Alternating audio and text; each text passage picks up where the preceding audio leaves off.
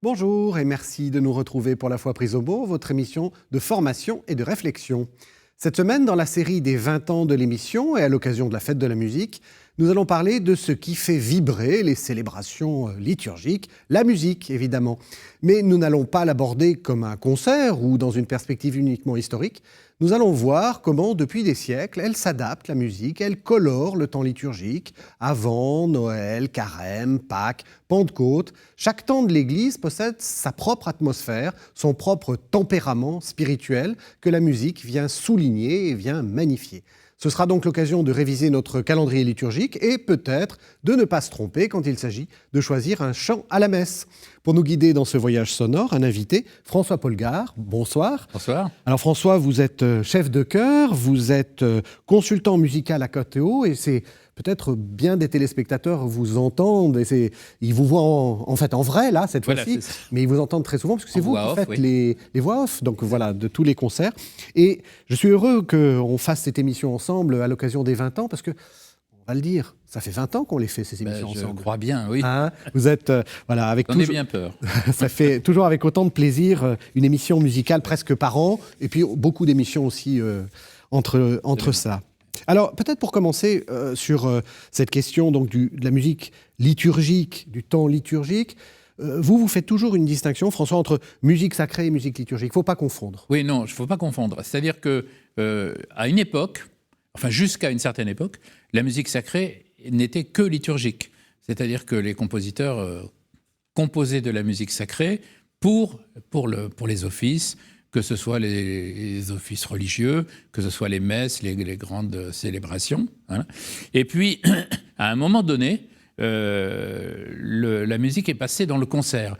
Mais on ne sait pas qu'en fait, c'est arrivé très tardivement. Hein. Les premiers vrais concerts, c'est en Allemagne. C'est par exemple les Abendmusik de Buxtehude, par exemple, mais ce n'était pas vraiment encore des concerts, là. C'était encore des moments où les fidèles étaient invités à venir à l'église pour écouter de la musique, mais dans le but de prier et dans un but véritablement spirituel. Et le concert arrive en fait à la fin du XVIIIe siècle. Alors là, on a à Paris, par exemple, on a la création du concert spirituel de Philidor. Alors le concert à cette époque-là s'appelle concert spirituel parce que on jouait dans les temps où il n'y avait pas de temps liturgique particulier. Et donc, l'opéra, parce que c'était l'opéra, en fait, qui était chargé de la musique, hein, l'opéra royal. Hein, et donc, lorsqu'il n'y avait pas de temps liturgique très, très particulier, l'opéra, l'orchestre et les chœurs de l'opéra étaient autorisés à faire des concerts. C'est-à-dire que les gens venaient écouter la musique, mais qui était, dans un premier temps, la musique spirituelle. Et puis, vers la fin du XVIIIe siècle, sont apparues des musiques profanes. Et donc, on a commencé à entendre des sonates, des concertos, des symphonies au concert. C'est vrai que c'est assez curieux parce que même au XVIIe, XVIIIe siècle, la musique, elle sert toujours à quelque chose. Quand le roi entend de la musique, c'est pour danser. Il y a toujours... c'est très curieux d'écouter de la musique sans rien faire. Enfin, peut-être que les fameuses rave parties où les jeunes là, dansent en même temps, ils retrouvent quelque chose de très... c'est-à-dire que la musique... vrai avec la musique, de très juste. La musique, jusqu'à un temps très, très, très récent, avait toujours une fonction.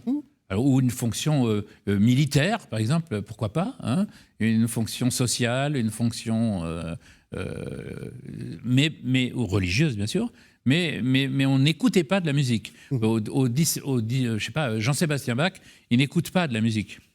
Il compose de la musique pour que les gens y participent, en fait. Et pour qu'ils chantent et pour qu'ils... On en reparlera. Ouais. Et bien justement, c'était là où je voulais arriver, c'est à cette idée que chaque temps liturgique a sa propre coloration et la musique est là pour soutenir. Alors, on va commencer dans l'ordre, hein, on ne va pas se compliquer la vie.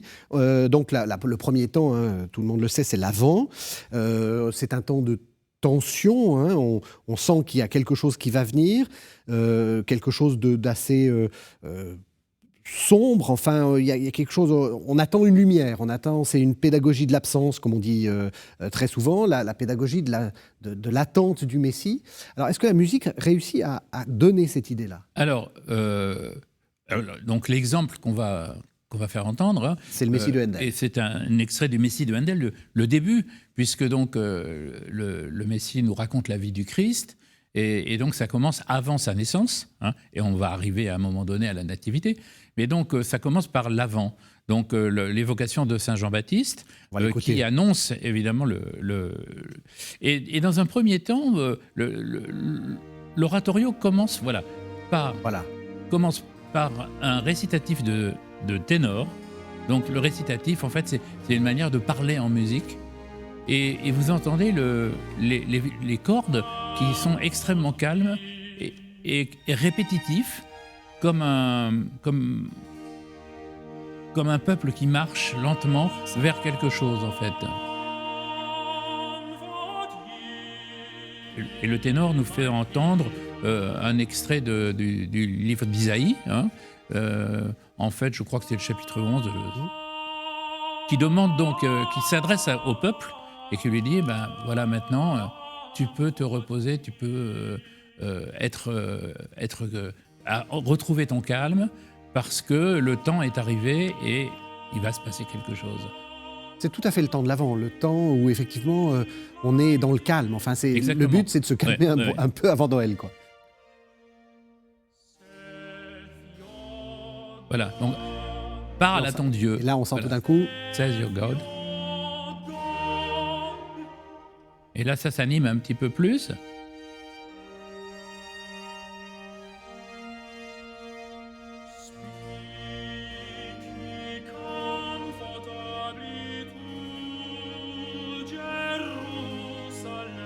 On a entendu Jérusalem. Voilà, donc, en fait, on est en train de nous expliquer ce qui va se passer, en fait. Exactement. Exactement. Temps d'attente, temps de préparation. Alors, on va entendre la fin assez rapidement et on va passer au temps de Noël bientôt. Oui. Et donc voilà, là le ténor dit et annonce lui que le temps est arrivé. Le temps est arrivé. Hein. Et voilà. L'Ancien Testament est accompli. C'est ça en fait que chante le ténor. Voilà. Pendant qu'on entend la fin de Handel, on va passer au temps d'après. On va aller assez vite, hein, il faut le dire, parce qu'on n'a que 52 minutes pour parler de tout. Oui. Alors évidemment, l'Avent arrive à maturité, si j'ose dire, par l'incarnation, par Noël. Et là, évidemment, c'est le temps par excellence de la joie, de la clarté, mais aussi, quelquefois un peu inquiet. Hein. Oui. Alors, vous nous avez proposé deux extraits, et c'est très intéressant parce qu'il y a deux extraits complètement différents. On va entendre le premier, Marc-Antoine Charpentier, donc un compositeur du XVIIe, fin XVIIe, voilà. Oui, qui travaillait pour l'église des Jésuites, qui aujourd'hui est l'église Saint-Paul à Paris. Hein. Donc il était musicien officiel pour les jésuites à son époque. Et donc il écrit beaucoup de messes, hein, et en particulier cette messe de minuit, qui est en fait, ce qui est intéressant, c'est qu'il a repris les thèmes des vieux Noëls traditionnels que l'on chantait à son époque. Et donc ça nous permet à nous aussi de savoir qu'est-ce qu'on chantait comme chant de Noël à l'époque. Là on va entendre... On entend la joie. Voilà. Sur Kyrie eleison, c'est le Noël, Joseph est bien marié. Ah oui. Il se chantait à l'époque. Alors bon, c'est agencé selon la manière de composer à l'époque baroque. Hein. L'orchestre est assez léger, hein. Il y a des cordes, des hautbois, des flûtes. Oui. Les flûtes, très souvent dans les pièces de Noël baroques, on fait entendre la flûte, parce que la flûte... Les bergers. C'est les bergers, voilà, c'est ça. Hein. Et c'est joyeux, c'est gai. Il y a quelque chose d'assez... Parce que c'est un kyrie, normalement, ça devrait être un peu déprimant. Alors, il n'y a pas la suite, mais il y a évidemment après Kyrie, il y a le Christé, sur un autre Noël. Je crois que c'est une jeune pucelle, le Noël qui se chantait. Et puis le troisième Kyrie, c'est encore un troisième Noël différent. Je me souviens plus très bien je ne sais plus très bien Et donc on voit, comme vous dites, hein, on a le droit presque d'être à la limite du paganisme, enfin, ou d'une sorte peut-être de religiosité populaire, plus exactement. Voilà. Alors ça, c'est un sujet très intéressant. C'est l'intrusion du profane dans le religieux. Alors, on aurait pu en parler à propos de la Renaissance, parce qu'il y a eu à la Renaissance, c'était même très très grave, puisque les compositeurs utilisaient même des chansons paillardes pour écrire des kyriés, des sanctus, etc. Alors là, le pape était pas très très content, et donc il y a eu un concile, le concile de Trente, où Palestrina, donc le grand compositeur italien, a été chargé de réformer tout ça. Donc de remettre les choses en place, n'est-ce pas? Et là, on a arrêté de s'amuser avec...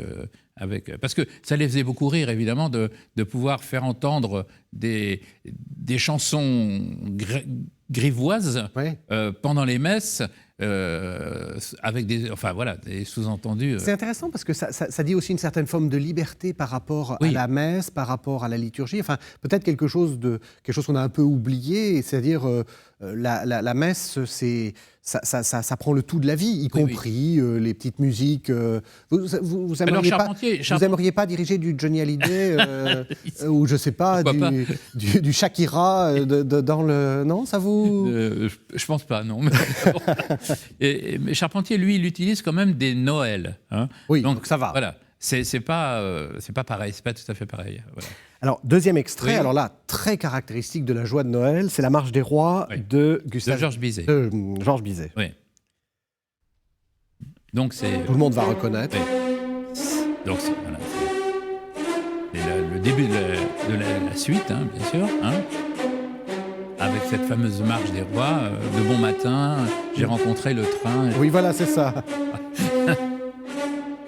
Alors, ce qui est assez amusant, c'est que en réalité, ce thème-là, alors c'est un thème dit populaire provençal. D'ailleurs, il a été attribué à une certaine époque. On a dit que c'était un Noël de Saboli, Saboli étant le grand compositeur de Noël au 19e. Hein. Et en fait, pas du tout. En fait, c'est une marche militaire, c'est la marche de Turenne, qui aurait été écrite par Lully.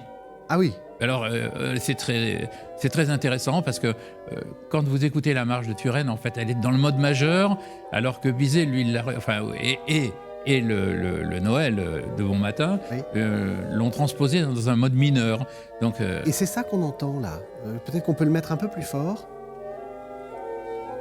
C'est pas si gai que ça. Non, là, c'est pas très gai, parce que c'est une variation orchestrale. Et ça dit quand même le côté ambigu de Noël. Hein.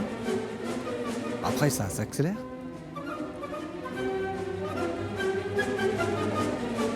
Oui, là, la forme musicale, c'est variation. Oui. Hein. Donc, Bizet est très habile. Hein. Il arrive à nous faire entendre des choses très, très différentes, quoi. Et avec une orchestration incroyable, quoi. Oui, c'est ça, oui. Je crois que j'ai mis la troisième parce que je la trouvais amusante avec le basson. Oui. Qui est... Ouais. Alors là aussi, c'était aussi dans le but de montrer que l'inspiration à Noël est très souvent quand même une inspiration populaire. Oui. Voilà. Noël est une fête populaire en fait. Hein, et donc les chants de Noël, c'est la plupart du temps, c'est pas vraiment des chants savants. Oui. C'est très souvent quand même des chants populaires, quelles que soient les traditions. Hein. Oui, et c'est vrai que, et d'ailleurs c'est heureux, on fait entendre assez souvent des Christmas carols, vous savez, des chants anglais, y compris dans nos messes catholiques, si j'ose dire, bien sûr. Françaises ou dans le monde francophone. Et ça aussi, il y a toute une tradition. Oui, mais les carols, c'est déjà de la musique savante, hein, parce que c'est plus de la musique qui vient du Moyen-Âge, c'est une musique qui est beaucoup plus récente, quoi. Et qui provient plutôt après la Réforme, évidemment. Hein. donc, mais ça dit aussi quand même une sorte de... Enfin, il y a une sorte d'ambiance de Noël. Oui, enfin, voilà. oui. C'est, surtout que c'est très la coloration est très particulière du Noël anglais. Hein. Même si on ne le connaît pas, on va tout de suite reconnaître que c'est un Noël. Mais chez les Anglais, c'est quand même très, très joyeux. Hein. Alors, c'est très joyeux, mais maintenant, on va passer au temps un peu moins joyeux, qui est le temps de Carême. Alors, on a fait longuement, pendant tous ces 20 ans, des émissions sur le Carême, tout le monde sait maintenant que c'est un temps de désert, le temps de la pénitence, le temps de la contrition, le retour à l'essentiel, etc. On dit souvent les cloches s'en vont. Est-ce que la musique s'en va ? L'orgue s'en va. Alors, normalement, oui. Je veux dire, si on respecte... et les traditions et ce qui est demandé par l'Église, l'orgue ne doit pas jouer pendant le temps de Carême. Voilà. Alors, quand on est organiste, étant moi-même organiste, j'étais organiste pendant très longtemps, du coup, on se sent un peu frustré. Oui, parce que l'orgue ne sert qu'à accompagner, en fait, les chants de la messe, hein. Mais on ne peut pas jouer une entrée, on ne peut pas jouer à l'offertoire, on ne peut pas jouer de communion, on ne peut pas jouer à la sortie non plus. Donc on peut quand même entendre un peu d'orgue. Oui, on peut. Juste oui. Pour que le chantre chante juste. Oui, c'est ça. On va dire que c'est utile. Parce qu'autrement, ce serait catastrophique. Je ne parle pas du prêtre. Non, bien sûr que non. Absolument pas. L'Assemblée, c'est toujours l'Assemblée qui est fautive. Évidemment, et du chantre. Oui. Mais oui. Non, l'orgue, mais moi je trouve que c'est une très bonne chose. Quand j'étais organiste, je respectais à la lettre vraiment cette tradition, parce que je trouve que ça... Maintenant, en Allemagne, il y a... dans la musique protestante, il y a beaucoup de pièces pour le carême. Hein. Et c'est parmi les plus belles qu'on peut trouver. Hein. Alors là, pour le carême... Voilà, vous nous avez proposé quelque chose de... Alors, on va essayer de l'entendre un peu longuement, parce que on l'a entendu juste avant, pour préparer cette émission, où vous avez dit c'est une musique très complexe. Oui. On va laisser les téléspectateurs entendre pour que vous nous expliquiez la complexité. Oui.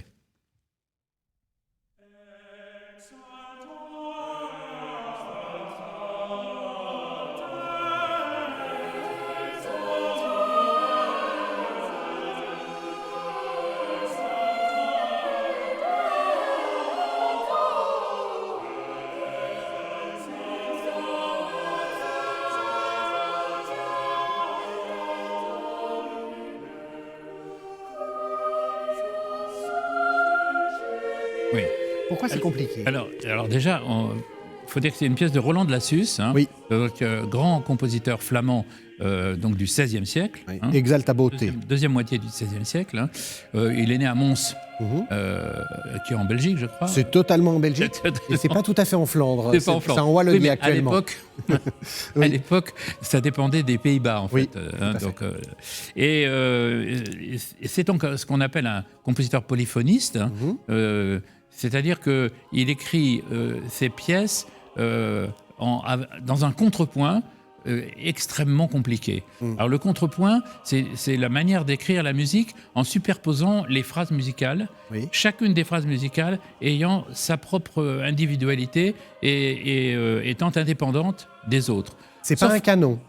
Si, c'est un genre de canon. C'est un genre de canon, c'est ça. C'est un genre de canon, mais c'est un canon beaucoup plus complexe. Par exemple, ici, ça, c'est un double canon à la quinte.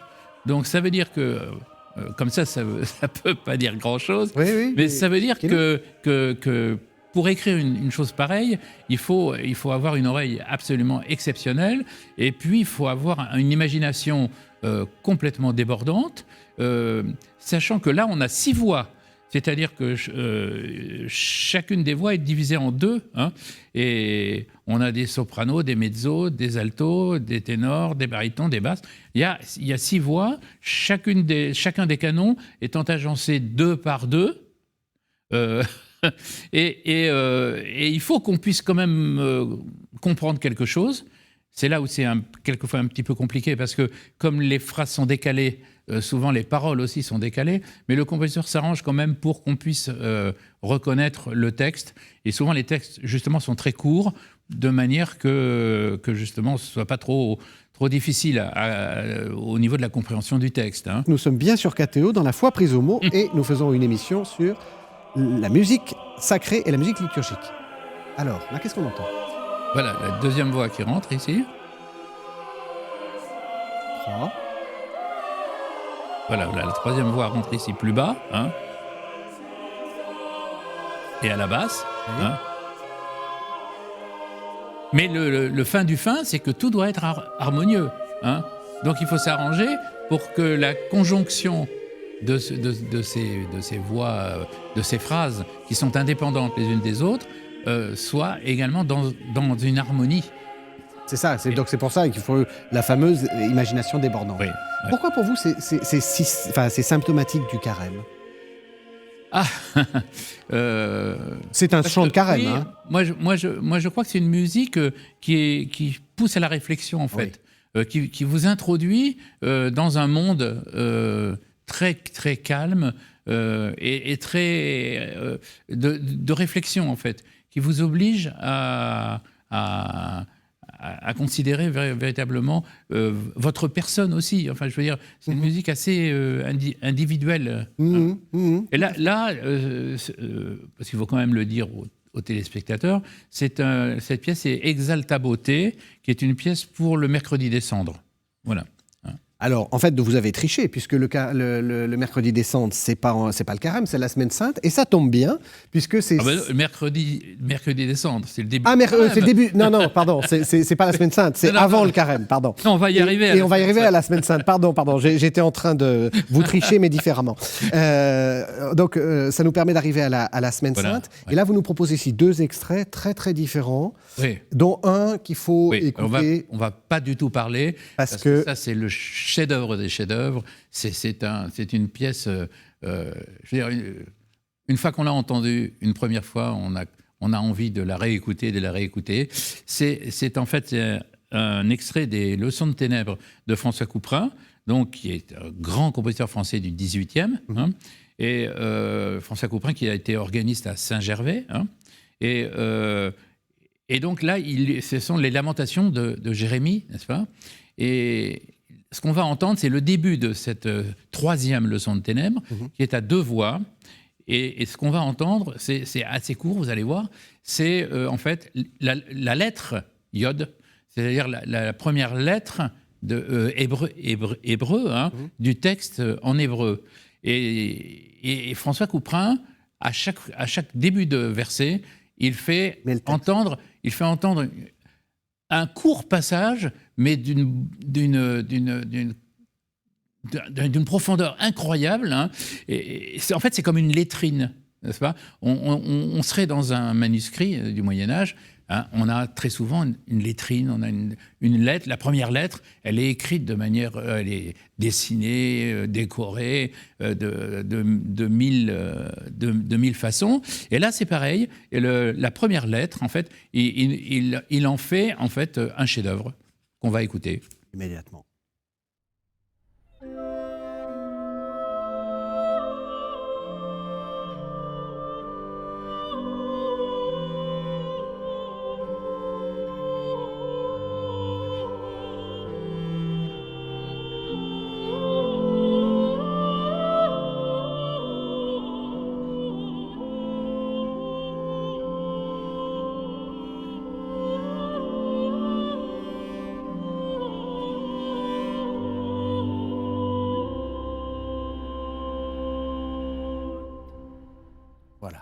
Alors là, il y a tout le carême, enfin toute la semaine sainte. Absolument. Le pathétique, mais aussi un certain nombre de gravité. Oui, une gravité. Et une noblesse. Oui, et puis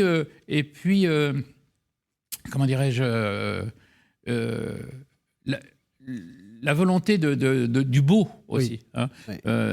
Cette semaine sainte, elle est affreuse, mais c'est quand même une certaine beauté hein, qui ressort de cette phrase. il y a deux voix de femmes qui s'enchevêtrent, hein, absolument, avec un accompagnement, ce qu'on appelle de basse continue, c'est-à-dire il y a un orgue et un violoncelle solo, hein, qui accompagnent ça de manière très très simple. Et je crois qu'on arrive là au sommet de la musique baroque française, en tout cas, ça, c'est sûr. Et puis oui, avec quelque chose qui est c'est digne. Enfin, il y a quelque chose dans le meilleur sens du terme, c'est digne. Est-ce que quelquefois vous avez l'impression que on peut se tromper et que ça devient indigne? Je veux dire par là, vous voyez, non mais vous voyez ce que je veux dire, c'est-à-dire que on fait un choix à la messe, et ça va pas. Il y a quelque chose pas forcément d'indigne au sens moral du terme, mais ça manque la dignité du moment. Mais c'est un petit peu le problème, hein, de quelquefois, enfin, même je dirais assez souvent, hein, de nos célébrations, c'est que la musique n'est pas forcément toujours en parfaite adéquation à la fois avec le temps liturgique, mais également avec le temps dans la messe. Parce que c'est un peu le même problème, hein. C'est-à-dire que un kyrie ne peut pas être comme un Agnus Dei. C'est forcément deux couleurs différentes. Un credo ne peut pas être la même chose qu'un gloria, hein. Et donc le choix des pièces aussi, en fonction du temps liturgique, est extrêmement important. Je pense on peut être aidé à la fois dans sa prière et dans la compréhension des textes. Vous nous avez proposé aussi un deuxième extrait, c'est du chant grégorien, Christus Factus Est, donc le Christ il est devenu le Christ. Alors, ça, pourquoi le grégorien? Ben oui, pour moi c'était important de montrer en quoi cette musique, en fait, elle cherche pas à être expressive. Ce qu'on vient d'entendre là de Couperin, c'est quand même extrêmement expressif, n'est-ce pas? Ici, là. Voilà. C'est la prière pure, c'est-à-dire que le chant grégorien, il naît du texte. Sans texte, le chant grégorien, évidemment, n'existe pas. Hein. Et à partir de ce texte, la musique s'élève, mais c'est une vraie prière. C'est une vraie prière chantée, quoi, hein. Alors ici, la pièce là, qui est un grand chef-d'œuvre du chant grégorien, c'est souvent chanté justement le jeudi saint, hein, et c'est l'hymne des Philippiens, hein, le Christ est fait obéissant jusqu'à la mort et la mort sur une croix. Et là, ça fait partie de ces pièces de chant grégorien où quelquefois je me dis, tiens, le chant grégorien, il est anonyme, on ne sait pas qui l'a écrit, mais il y a certaines pièces qui sont tellement incroyables qu'on est obligé d'imaginer qu'il y a un compositeur, qu'il y a quelqu'un quand même qui était derrière. Ah ben certainement, oui. Sûrement. Et c'est intéressant parce qu'effectivement, on voit bien la différence entre Couperin et le chant grégorien. On n'est pas obligé, toujours dans notre discussion là, sur comment rendre les choses adéquates, on n'est pas obligé d'aller forcément dans la sensiblerie, dans la sensibilité. On peut aussi être dans la retenue, dans le... Là, pour le coup, le chant grégorien n'est jamais dans la sensibilité, ni la sensiblerie. Oui. Hein. Il est l'expression d'une prière, et d'une prière vraie. Hein. Donc, il ne peut pas être... Et donc, pour un temps liturgique, il est tout le temps adapté, d'une certaine façon. Oui, et il est adapté. Il y a souvent quand même un rapport entre la musique et le texte. Oui. C'est un genre de musique où il faut quand même toujours bien regarder le texte.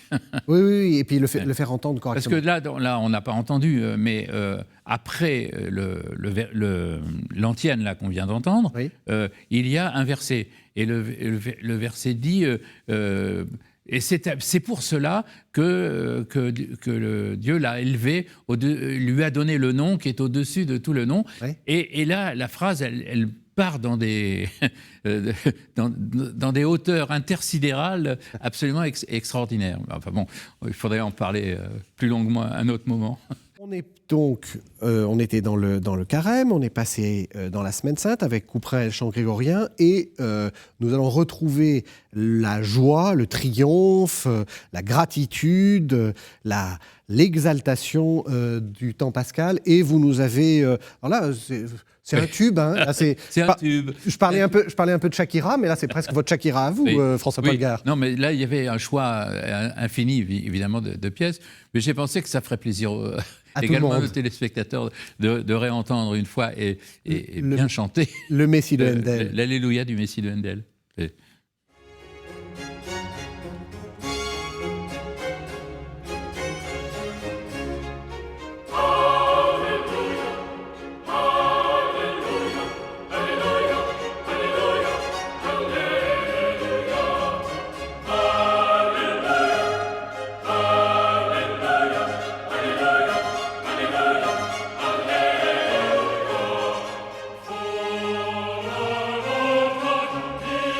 Alors évidemment, c'est jubilatoire, hein, oui. Mais quand même, Handel n'est pas un compositeur. Il cherche pas l'effet particulier. Hein. C'est juste la jubilation. Alors il y a des à propos de cet Alléluia, on dit que la gouvernante de Handel l'aurait retrouvé un matin en pleurs au pied de l'escalier. Alors elle lui demande qu'est-ce qui se passe, mais qu'est-ce qui vous arrive, et il aurait répondu écoutez, je viens de voir le ciel s'ouvrir devant moi. Oh. Et on conclut, il venait d'écrire l'Alléluia. D'accord. Bon. Donc, le ciel s'ouvre devant lui. Et puis on connaît évidemment l'anecdote du roi Georges Ier qui, entendant l'Alléluia pour la première fois, s'est levé d'enthousiasme. Et évidemment, toute la cour s'est levée d'un coup. Parce que, un seul homme. C'est comme la reine d'Angleterre qui boit le rince-doigt. Hein. Oui, c'est ça. C'est quand même la même chose. Et donc, il y a une tradition maintenant en Angleterre. Très souvent, quand on joue le Messie, au moment de l'Alléluia, le public se lève. Voilà. Pourquoi c'est beau ? Ou plus exactement, non. Pourquoi c'est si célèbre ? Parce que c'est une question... vous savez, c'est comme la Joconde. On se pose toujours la question... Bon, c'est pas mal comme tableau, mais il y a à côté des choses qui sont aussi très jolies. Ça, pourquoi c'est si connu ? Alors, mais je crois que c'est parce que c'est simple. C'est pas... on a entendu tout à l'heure le motet de Roland de Lassus. Oui. Il ne peut pas être connu comme ça parce que c'est trop compliqué. Même à jouer, ça c'est demande compliqué. Une démarche, même une démarche intellectuelle. Il n'y a pas une... il y a quand même une écoute immédiate, mais pas de la même manière. Oui. Tandis que là, en plus de ça, l'Alléluia, c'est le seul moment, enfin un des seuls moments, il y a 3 moments, dans le Messie où les trompettes et les cymbales jouent. Hein. Oui. Donc, du coup, ça apporte aussi quelque chose d'un petit peu plus solennel, on va dire. Hein. Après, est-ce qu'il y a des vraies raisons pour que les... Non, c'est une question. Oui. Vous l'avez déjà fait jouer à votre... oui. François-Paul Gare, je vous ai présenté comme chef de chœur, donc vous dirigez, vous avez votre propre chœur de jeunes garçons depuis 30 ans. Oui. Hein, peut-être même plus. Oui, pas. Vous le faites jouer. Est-ce que c'est agréable à jouer ? Est-ce que les enfants aiment bien ? Oui, les chanteurs adorent ça. Oui, absolument. C'est un peu leur tube aussi. Oui. Enfin, ça fait partie des pièces qu'ils aiment beaucoup chanter. Qu'ils apprennent par cœur très très vite. Oui. Justement très très vite parce que c'est assez simple. Oui. Hein. Et puis je crois que ça permet aussi de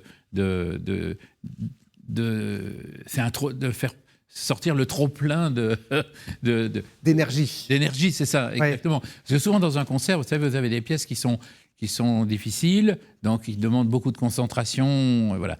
L'Alléluia du Messie, ça demande pas...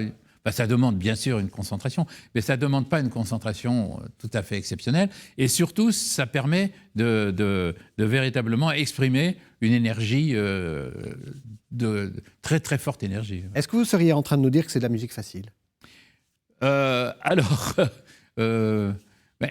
La musique est jamais vraiment facile, hein, mais disons que c'est une musique, disons, plus facile, oui, plus... parce qu'il y a quand même des degrés on verra ça peut-être tout à l'heure, si on a le temps d'arriver au bout. On va y arriver, oui, je vous assure. Alors, après le temps pascal, évidemment, il y a le temps de la Pentecôte. Oui. Donc, c'est le temps de l'Église, c'est le temps de la mission. C'est évidemment aussi la Pentecôte, le temps de la descente de l'Esprit Saint sur la communauté des apôtres. Donc, c'est le temps de l'Esprit. Alors, vous avez fait un choix qui est de nous faire entendre, là aussi, en décalé, un extrait de la Passion selon saint Jean de Jean-Sébastien Bach. Donc, la Passion, normalement, ça se joue pour la semaine sainte. Respecter exactement. Mais vous avez bien fait. Le temps liturgique. Mais, vous avez bien fait. Et pourquoi ? Là, je voulais montrer... je voulais parler du choral, en fait. Oui. Donc, arrive la Réforme, donc, au début du XVIe siècle, c'est 1517, quelque chose comme ça, si j'ai bonne mémoire. Donc, Luther fonde, donc, fait la Réforme. Oui, enfin, 1519, les 95 thèses. Oui. Voilà, c'est ça, oui, 19, pardon. Et donc, il est embêté. Parce que donc, dans son idée, il faut que le peuple puisse comprendre tout ce qui se dit pendant les offices. Donc, on bannit le latin. Il faut se débarrasser du latin. Mais la musique religieuse, c'était le chant grégorien jusqu'à cette époque-là. Ou des motets polyphoniques, etc. On vient d'entendre. Donc, il se retrouve avec... Enfin, il n'a rien, quoi. Il n'y a pas de musique qui est adaptée véritablement à cette réforme. Alors là, il y a quand même quelques idées géniales, quand même, dans cette réforme. C'est vrai, il faut bien le dire. Et en particulier, ils ont inventé la participation des fidèles. Ça, c'est incroyable, quand même, C'est quand même eux qui l'ont inventé. Oui, tout à fait. Et la participation des fidèles, c'est le fameux choral. Alors, qu'est-ce que c'est qu'un choral ? Un choral, c'est un cantique extrêmement simple de construction. En général, ce sont des phrases de 4 mesures qui s'enchaînent les unes aux autres, selon le texte, évidemment. Des mélodies uniques, c'est-à-dire que la mélodie est très très simple et elle est pas du tout compliquée. Il n'y a pas de rythme, c'est-à-dire que chaque note arrive l'une après l'autre. Techniquement, ce sont des mesures à 4 temps la plupart du temps, composées de 4 noires ou de 2 blanches. Voilà. Parce qu'il faut que ça soit simple à chanter. Il faut que ce soit simple à chanter, parce que l'assemblée chante le cantique, toujours. Et encore aujourd'hui. Même quand vous avez un chœur qui chante ces chorales-là, l'Assemblée les chante également. Et figurez-vous que quand Jean-Sébastien Bach écrit la Passion selon saint Jean, à son époque, donc on la joue pendant la Semaine Sainte, évidemment, et les fidèles chantent les chorales avec le chœur et l'orchestre. Ça devait être tout naturellement. Ouais. Car chaque chorale a une coloration particulière, en fonction de l'année liturgique ou du texte. Et c'est pour ça que j'ai choisi, alors déjà on pourrait déjà entendre le premier extrait, c'est-à-dire dans la Passion selon saint Jean, le ténor il nous parle donc de Jésus devant Pilate, et puis le choral qui suit et qui commente ce que vient de chanter le ténor. On écoute donc cet extrait de la Passion selon saint Jean. Ça, c'est le ténor. Oui.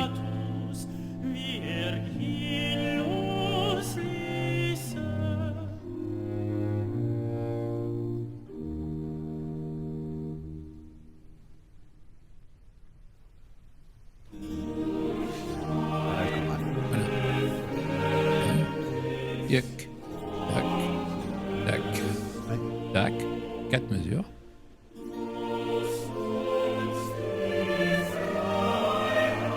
Toujours des noirs. Deuxième phrase. On retrouve la même mélodie. Là, il y a une reprise de la musique, sur un texte différent, bien sûr. Les textes de chorale, c'est un peu c'est de la morale, en fait. Oui. C'est de la morale. Oui, c'est le commentaire de ce qui se passe. Oui. L'évangéliste, lui, raconte toute l'histoire et le choral en tire la conclusion, la morale. Alors là, il y a une couleur quand même. Bach cherche quand même au moment de très sombre. Oui, bah oui, parce que c'est le moment où Pilate va condamner Jésus. Voilà. Et vous avez eu parfaitement raison de le mettre pour la Pentecôte, parce que, comme je disais, la Pentecôte, c'est aussi le temps de l'Église, et donc le faire chanter les gens, c'est la communauté, quoi. Absolument. On est absolument dans le... Alors, vous nous avez aussi proposé un deuxième, alors c'est encore du Bach. Oui. Et là, on va retrouver notre orgue, parce que vous avez eu l'idée de nous expliquer quand même que le temps de la Pentecôte, c'est le temps de l'orgue, c'est le temps du souffle. Exactement, puisque donc on n'a pas joué d'orgue pendant le carême, on commence à en rejouer évidemment pendant le temps pascal. Alors ça, c'est ce qu'on appelle un prélude de chorale. Hein. Pourquoi prélude de chorale? Parce qu'en fait, c'est en fait l'introduction au chant, au choral qui va arriver juste après. Donc l'organiste introduit. Aujourd'hui, l'organiste, il fait 4 notes avant le début du chant. Et là, il joue tout le chant. Ce qui permet à l'assemblée de l'entendre. Enfin, exactement. Et peut-être de le mémoriser. Oui, parce que là, il est ce qu'on appelle un choral orné, c'est-à-dire que la mélodie est un petit peu travaillée, hein, mais elle existe quand même. Ce choral-là, il est là encore. Mea culpa, j'ai pas non plus. J'aurais pu choisir un choral de la Pentecôte, ça aurait été mieux, mais j'ai préféré vous faire entendre Nunquam, qui est donc Viens maintenant sauveur des païens, qui est un choral de l'Avent. Hein. Mais bon, quand les gens entendaient ce choral-là, hein, immédiatement, ils étaient dans le temps liturgique. C'est ça. Ça ne pouvait pas être autrement. On ne jouait pas ça en dehors du temps liturgique. Aujourd'hui, on fait un peu tout et n'importe quoi, n'importe quand, et on a tort. Oui, comme ça, on a une sorte aussi de régularité, de structure. Vous recommandez quand même beaucoup d'orgue pour le temps de la Pentecôte? C'est le moment. Très bien. C'est le moment où il faut. Oui, surtout qu'il y a énormément de pièces qui ont été écrites sur le temps de la Pentecôte, sur l'Esprit Saint. Il faut quand même dire que l'orgue, c'est quoi? C'est l'instrument de l'Esprit Saint. C'est que du souffle. C'est le souffle de l'Esprit. Hein. Alors pour terminer cette émission, donc là on a fait on a parcouru tout le temps liturgique. Alors il y a tout le temps ordinaire. Et ben peut-être pour le temps ordinaire d'une certaine façon, vous nous avez proposé deux œuvres qu'on n'entend pas très souvent. Et vous allez nous dire pourquoi on les entend pas très souvent et pourquoi vous les avez choisis. La première œuvre que vous avez choisie, c'est de Joseph Haydn. C'est La Création. Oui. Alors là, c'est justement pour montrer. Alors on a passé l'époque baroque et donc on est dans le classicisme le plus pur avec Joseph Haydn. Hein. Et donc nous allons vers le romantisme. Le romantisme est à la porte. Hein. C'est l'époque du Sturm und Drang, c'est-à-dire où les compositeurs commencent à vouloir exprimer des passions, et où la musique va devenir vraiment presque descriptive, on va dire. Alors là, c'est le début de la création. De la création. Enfin, pas tout à fait le début, parce que le début, c'est une espèce d'introduction orchestrale absolument géniale, sublime, qui représente le chaos, avec des instruments qui surgissent de partout sans qu'on les attende. Enfin, c'est incroyable. Oui, ça ressemble presque à de la musique contemporaine. Enfin, la musique, c'est pas du Pierre Boulez, mais et puis le soliste, c'est un baryton, commence la Genèse, hein, et donc Dieu dit que la lumière fut. Que la lumière fut. Et la lumière. Enfin, que la lumière soit et la lumière fut. Et la lumière fut. Et donc, c'est ça qui est intéressant, c'est de voir, dans un premier temps, le chanteur introduit. On va l'écouter. On va l'écouter. Oui, on va l'écouter.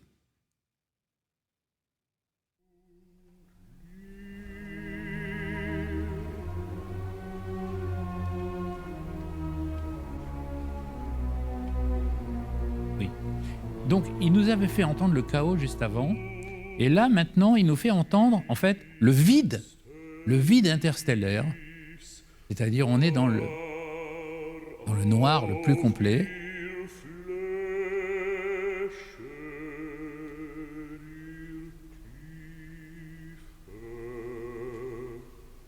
Pas grand-chose. Et puis, progressivement, le chœur va rentrer.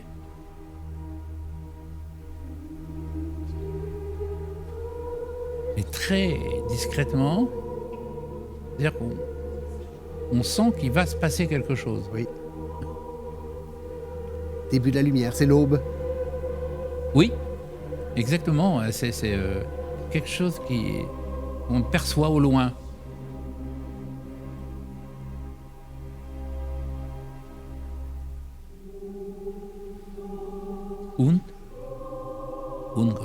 Und Gott sprach, et Dieu dit.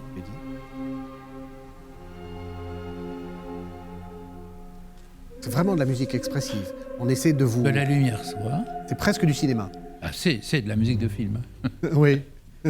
et la lumière fut. Und.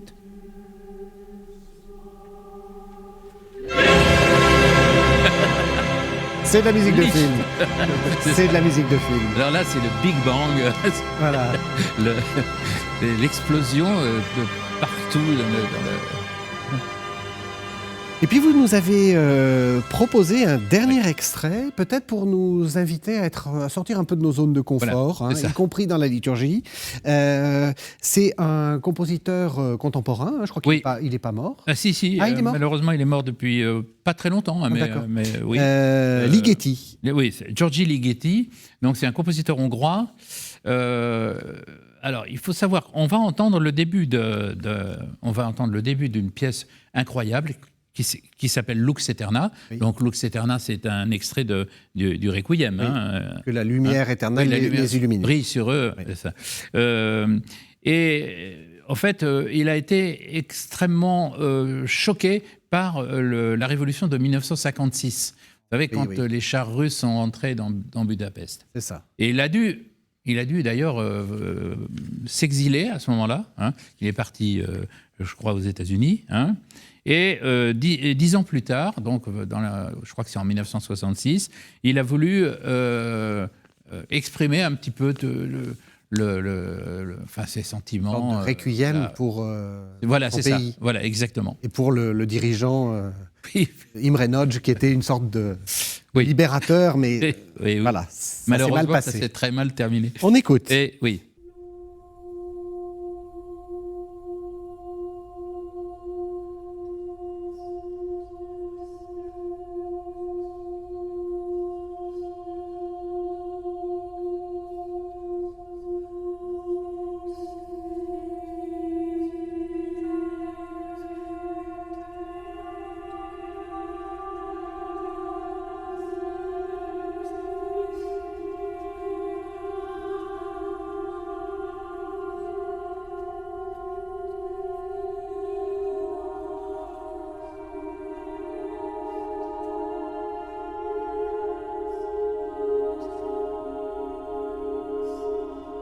Alors, cette pièce, c'est 16 voix, 16 voix différentes, et réelles. C'est-à-dire que chaque chanteur a sa propre partie. Et l'écriture, c'est ce qu'on appelle l'écriture en cluster. C'est-à-dire que ce ne sont plus des accords comme dans la musique classique, ce sont des agrégats de notes qui sont les unes à côté des autres. Donc, très dissonantes, forcément, mais l'ensemble finit par se fondre dans une espèce de matière sonore. Une sorte de tapis sonore. Oui, exactement, voilà. Et c'est vrai que je vous dois une confession, moi pendant des années ça me heurtait, une fois qu'on est passé au-dessus de ça, c'est magnifique. Bah ça, c'est une pièce, c'est un grand chef-d'œuvre. C'est extraordinaire, enfin il y a quelque chose d'extrêmement touchant, c'est très beau. Et souvent Ligeti, justement, son originalité, c'est qu'il recherche des sonorités nouvelles aussi. Il ne se contente pas d'utiliser les matériaux qui existent, mais en inventer des nouveaux. C'est ça d'ailleurs qui se rapproche un peu de Karlheinz Stockhausen, ils s'entendaient très très bien, c'était un grand ami. Et ce sont des compositeurs contemporains qui ont beaucoup fait pour les recherches de sonorités nouvelles. Donc on invite aussi nos téléspectateurs et puis ceux qui programment... Mais il ne faut pas hésiter à l'écouter. À écouter. Et puis vraiment prendre le temps. Et voilà. Pas couper au bout de 20 secondes. Et faire chanter une assemblée, voilà. Alors peut-être c'est un peu compliqué. Non, ça me paraît, mais faire entendre ça, pourquoi pas? Oui. Là, c'est vraiment une musique de concert, ce n'est pas une musique liturgique. Eh bien, c'est là-dessus qu'on termine notre émission. Alors, François Polgar, vous êtes chef de chœur, je l'ai dit. Qu'est-ce que vous allez faire cet été? Vous n'allez pas simplement écouter de la musique, vous allez nous partons avec la maîtrise de Sainte-Croix pour une tournée de 3 semaines, où nous allons d'abord au Maroc. Nous chanterons à Marrakech. Sans doute dans la paroisse de Marrakech. Donc l'invitation à tous nos téléspectateurs qui nous regardent au Maroc, il y en a de nombreux. N'hésitez pas à venir. On aura un concert également à Casablanca et puis également à... Vous remontez par l'Espagne? Oui, avant, là où il y a le ferry, enfin donc à... Gibraltar. Oui, enfin... c'est Ceuta et Melilla. Voilà, c'est ça. Voilà. Et puis ensuite, on remontera en Espagne par le sud jusqu'à Barcelone. Et donc, on va faire une 12aine de concerts. Mais sur notre site internet... Oui, n'hésitez pas à venir nous voir. Vous tapez Maîtrise de Sainte-Croix, vous le trouverez ça tout de suite. Et il y aura donc le détail. Si vous êtes en Espagne à ce moment-là... l'invitation est prise. Merci beaucoup, François Polgar. Merci. Comme d'habitude, c'était merveilleux. Je crois qu'on a beaucoup appris. Merci quant à vous de nous avoir suivis. Vous savez que vous pouvez retrouver cette émission sur le site internet de la chaîne www.ktotv.com, mais également sur les plateformes de podcast et ainsi que sur l'application radio KTO. On se retrouve la semaine prochaine et bonne fête de la musique.